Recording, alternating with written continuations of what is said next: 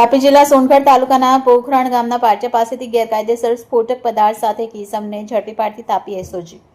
તાપી જિલ્લા એસઓજી શાખામાં સીધી સૂચના અને માર્ગદર્શન હેઠળ police sub inspector NP Garasia, SOG શાખા તાપી તથા ASI Daudbhai Thakorbhai, ASI Rajendra Yadav, Sharadbhai Surjibhai, Hirenbhai Chimanbhai, police constable Vipulbhai Ramanbhai, police constable Jayeshbhai Balirambhai તથા police constable Akshaykumar Kantilalbhai Songadh police station વિસ્તારમાં ખાનગી વાહનમાં બેસી પેટ્રોલિંગમાં હતા. તે દરમિયાન એએસઆઈ દાઉદભાઈ ઠાકોરભાઈ તથા પોલીસ કોન્સ્ટેબલ વિપુલભાઈ રમણભાઈને સંયુક્ત ખાનગી રાય બાતમી મળી કે સોનગઢ તરફથી એક ઈસમ એક મોપેડની ડિક્કીમાં લાયસન્સ વગર ગેરકાયદેસર રીતે જિલેટિન સ્ટીક લઈ પોખરણ ગામ તરફ જવાનો છે તેવી બાતમીના આધારે પોખરણ ગામના પાટિયા પાસે તપાસમાં હતા. તે દરમિયાન સુઝુકી કંપની એક્સેસ મોપેડ લઈને દીપકભાઈ સાકુભાઈ ગામિત નીકળ્યા હતા. ત્યારે એક્સેસ મોપેડની ડિક્કીમાં ગેરકાયદેસર કુલ કિંમત ₹58,100ના મુદ્દામાલ વગર પાસ પરમિટે ગેરકાયદેસર રીતે પોતાના કબજામાં રાખી હેરાફેરી કરી પોતાની તેમજ અન્યની જિંદગી જોખમાય અને જાનમાલને નુકસાન થાય તે રીતે